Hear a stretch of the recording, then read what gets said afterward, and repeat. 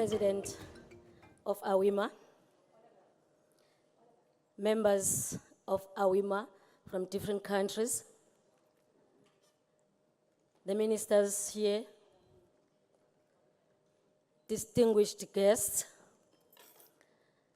respected partners, award recipients, the captains of the industry, the sons and the sisters of the soil. Good evening. Tonight, it's not just a simple celebration. It's a moment of reckoning with our past, recognition of our present, and responsibility for our future, the CCDs. As we mark 10 years of our association,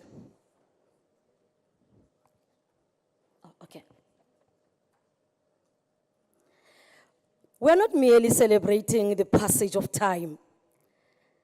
We are honoring endurance. We are affirming conviction.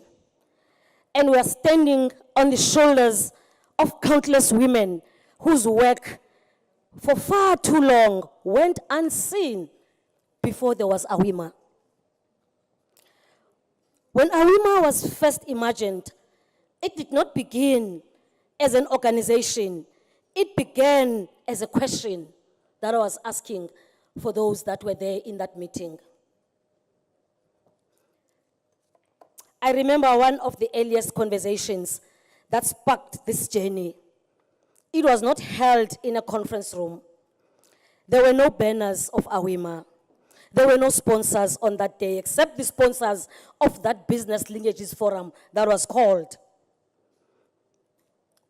It was a small, informal meeting. A few women from different countries, different disciplines, different generations. What united us? Not a complaint, but it was a clarity of where is women in mining. Each woman in that room was accomplished engineers. They were geologists, entrepreneurs, policy experts, community leaders, yet every story echoed the same reality. We were advancing individually, but we were invisible collectively. That's why we formed AWIMA, so that each and every woman that is in mining has got a home. Look, today, we are recognizing women that participated in this previously dominated, male-dominated industry. There were no continental networks that reflected our lived realities. No institutional voices advocating specifically for African women in mining, but our mama already has started that journey. But no one was saying the story. That absence was loud. And it demanded an answer. AWIMA was born not out of convenience, but out of necessity, because we wanted to see a home for women in mining. To understand the weight of this moment, it is important to remember what the landscape looked like before then, particularly for the younger professionals that were there not even recognized. So when we spoke about creating an association for women in mining, it was not immediately embraced. I remember our first formal proposal. We had worked on this project. We believe in it deeply. And we presented it with optimism that one of these days, even if it's going to be after 10 years, we will achieve it as we have achieved. We are here today.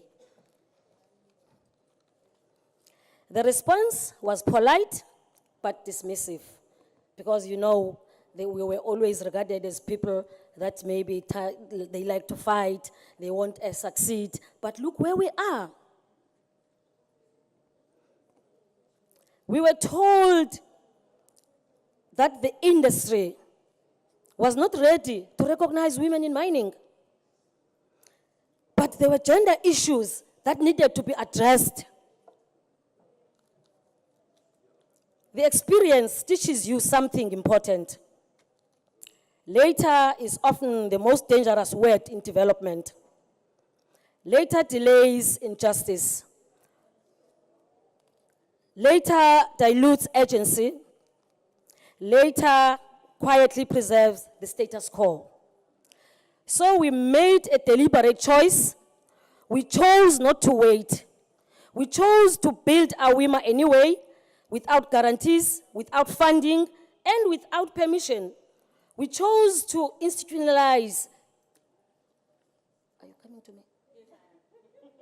Oh, you want me to finish? Oh, thank you so much, ladies and gentlemen. I think the story of AWIMA, it needs more time. Because it was not a journey that was for 5 minutes. It was a journey that was a bit difficult, but we had the support.